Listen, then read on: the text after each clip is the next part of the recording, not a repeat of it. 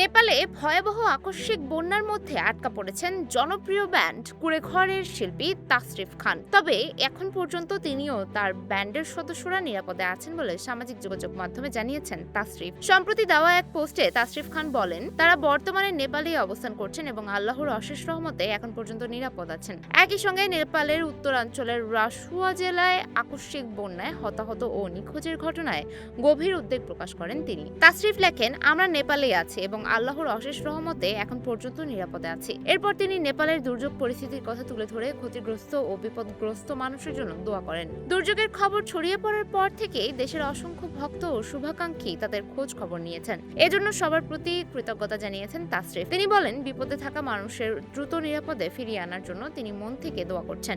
নিজের ও ব্যান্ডের অন্য সদস্যদের নিরাপত্তার জন্য ভক্তদের কাছে দোয়া চেয়েছেন এই গায়ক। তার ভাষায়, সবাই আমাদের জন্য দোয়া করবেন। সুমাইয়া হক তন্নি, নিউজ ফ্ল্যাশ 71।